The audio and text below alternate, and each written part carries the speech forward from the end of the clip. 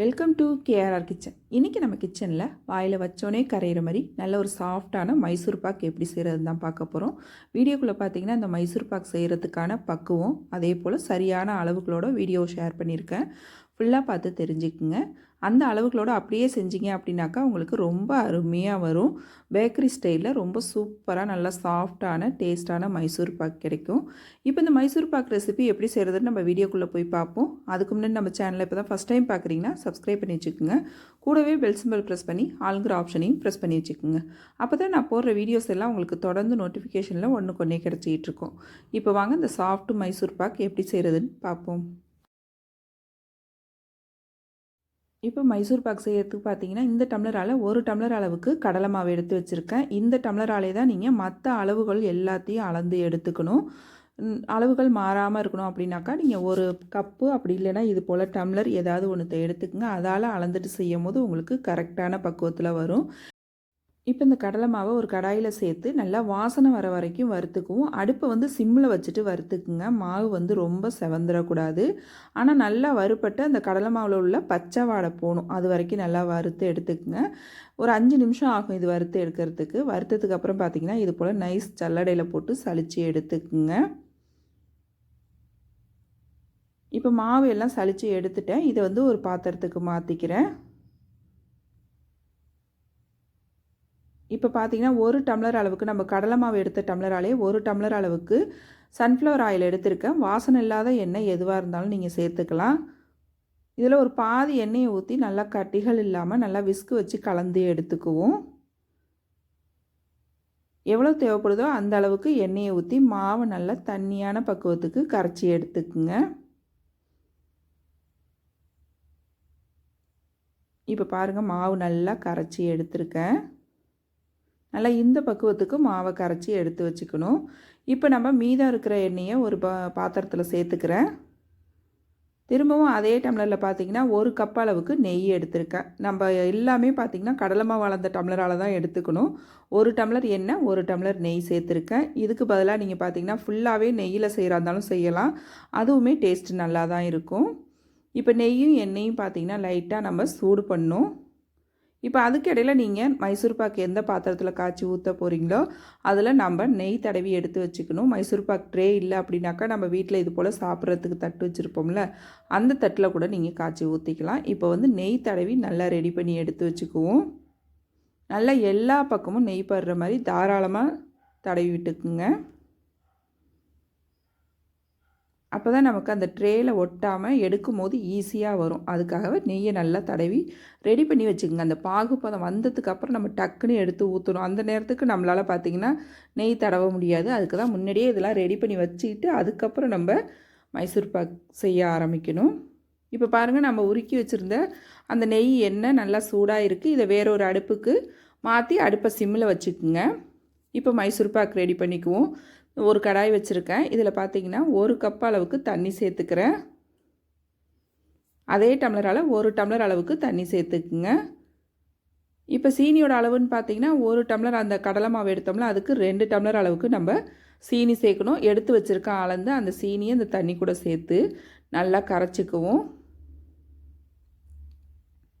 இப்போ சீனி நல்லா கரைஞ்சி ஒரு அரை கம்பி பதம் வரணும். நம்ம இன்றைக்கி சாஃப்ட்டு மைசூர் பாக்கு தான் செய்ய போகிறோம். அதனால் பார்த்திங்கன்னா ஒரு அரை கம்பி பதம் வந்தால் போதும். ரொம்ப முழு கம்பி பதம்லாம் வரணும்னு அவசியம் இல்லை.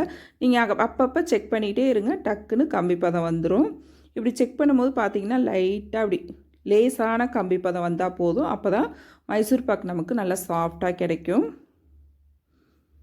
இப்போ பாகுப்பதம் ரெடி ஆகிடுச்சு. இந்த ஸ்டேஜில் பார்த்திங்கன்னா நம்ம கரைச்சி வச்சுருக்க கடலை மாவை இதில் சேர்த்து நல்லா கைவிடாமல் கலந்து கொடுத்துக்கிட்டே இருக்கணும். இப்போ மாவு சேர்த்ததுக்கு அப்புறம் பார்த்திங்கன்னா ஒரு 3 நிமிஷத்துக்கு நல்லா கலந்து கொடுங்க. நல்லா ஒரு கொதி வரணும். கொதி வந்ததுக்கு அப்புறம் தான் நம்ம அங்கே சூடு பண்ணி வச்சுருக்க நெய்யை கொஞ்சம் கொஞ்சமாக சேர்த்து கிண்டணும். இப்போ நல்லா ஒரு கொதி வருது பாருங்கள். இந்த ஸ்டேஜில் நம்ம எடுத்து வச்சுருக்க நெய்யை ஒரு கரண்டி ஊற்றி நல்லா கிண்டி விடுவோம். நெய் ஊற்றும் போது பார்த்திங்கன்னா இது போல் பபிள்ஸ் வரணும். அந்த அளவுக்கு நெய் நல்லா சூடாக இருக்கணும். கொஞ்சம் கொஞ்சமாக விட்டு கலந்துக்குங்க. இப்போ நம்ம ஊற்றின நெய்யை ஃபுல்லாக அப்சர்வ் பண்ணிக்கோ.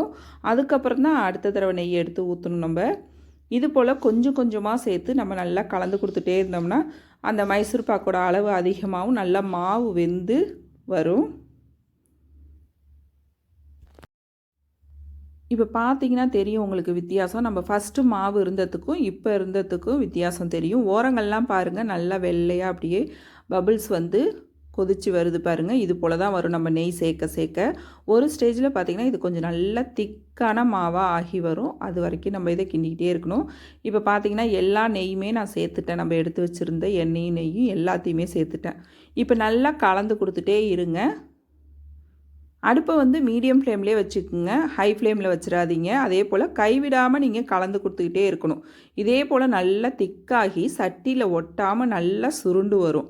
அது வரைக்கும் நம்ம கலந்து கொடுத்துக்கிட்டே இருக்கணும். மீதம் இருக்கிற நெய் எல்லாத்தையுமே நான் சேர்த்துட்டேன். கரெக்டான அளவாக இருக்கும் நான் இன்றைக்கி சொன்னது. இந்த அளவு எடுத்துக்கிட்டிங்க அப்படின்னாக்கா உங்களுக்கு சரியான பக்குவத்தோடு வரும். இப்போ நல்லா கலந்து கொடுத்துக்கிட்டே இருக்கேன். நல்லா அந்த ஓரங்கள்லாம் எப்படி பபிள்ஸ் வருது பாருங்கள், அதே போல் நல்லா வரணும். நம்ம ஊற்றின அந்த நெய்யை ஃபுல்லாக அந்த மாவு அப்சர்வ் ஆகி வெந்து நல்லா அந்த கடாயில் ஒட்டாமல் நல்லா சுருண்டு வரும். அதுதான் பக்குவம்.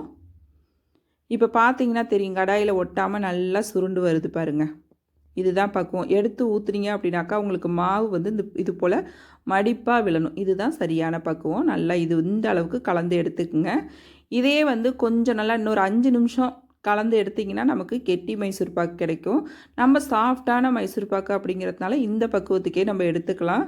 ஊற்றும் போது பாருங்கள் உங்களுக்கு மடிப்புகள் தெரியுது பாருங்கள். இதுதான் சரியான பக்குவம். இந்த பக்குவத்துக்கு எடுத்துக்கிட்டிங்க அப்படின்னாக்கா கரெக்டாக இருக்கும். இப்போ நல்லா ஒரு பிளேட்டில் ஊற்றி நல்லா இது போல் மட்டம் பண்ணிவிடுங்க. ஒரு 5 நிமிஷம் அப்படியே விட்டுருங்க. சூடு ஆறுனதுக்கு அப்புறம் மார்க் மட்டும் பண்ணி வைப்போம். இப்போதைக்கு நம்ம கட் பண்ண முடியாது. சூடு ஆறுனதுக்கு அப்புறம் தான் கட் பண்ணலாம். நல்லா இது போல் ஈவனாக தட்டி விட்டுக்குங்க. இப்போ ஒரு கத்தியை வச்சு லேசாக மேலாப்பில் கோடு மட்டும் போட்டுக்குங்க. கட் பண்ண முடியாது. மேலாப்பில் இது போல் கோடு மட்டும் போட்டு வச்சுக்குங்க. ஆறுனதுக்கு அப்புறம் நமக்கு கட் பண்ணுறதுக்கு ரொம்ப ஈஸியாகவே வரும். இது சாஃப்ட் மைசூர் பாக்கு அப்படிங்கிறதுனால உங்களுக்கு எந்த சைஸுக்கு தேவையோ அதுக்கேற்ற மாதிரி நீங்கள் இது போல் கத்தியால் கோடு போட்டு நல்லா ஒரு மணி நேரத்துக்கு அப்படியே விட்டுருங்க. இது வந்து ஃபேன் காற்றுல ஆற வைக்கக்கூடாது. நம்ம தன்னாலே ரூம் டெம்பரேச்சரில் தன்னாலே ஆறி வரணும். கொஞ்சம் கூட சூடு இல்லாமல் நல்லா ஆற வச்சு எடுத்தீங்க அப்படின்னாக்கா உங்களுக்கு அழகாக எடுக்க வரும். இப்போ இது நல்லா ஆறட்டும்.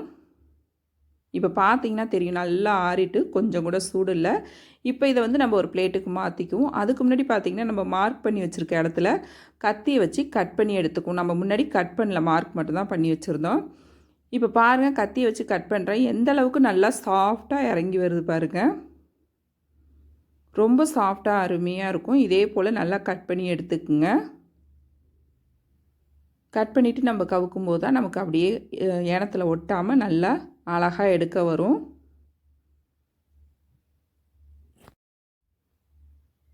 நல்லா எல்லா பக்கமும் கட் பண்ணி எடுத்துக்குவோம்.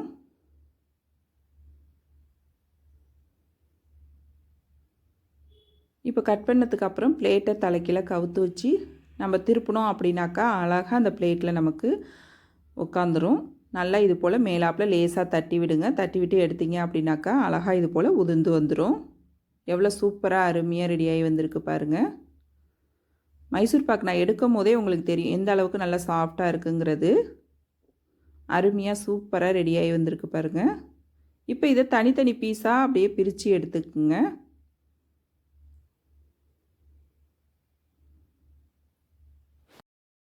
ஒரு 1/4 கிலோ மாவு எடுத்தீங்க அப்படின்னாக்கா உங்களுக்கு நல்லா 2 கிலோ மைசூர் பாக்கு கிட்டே கிடைக்கும்.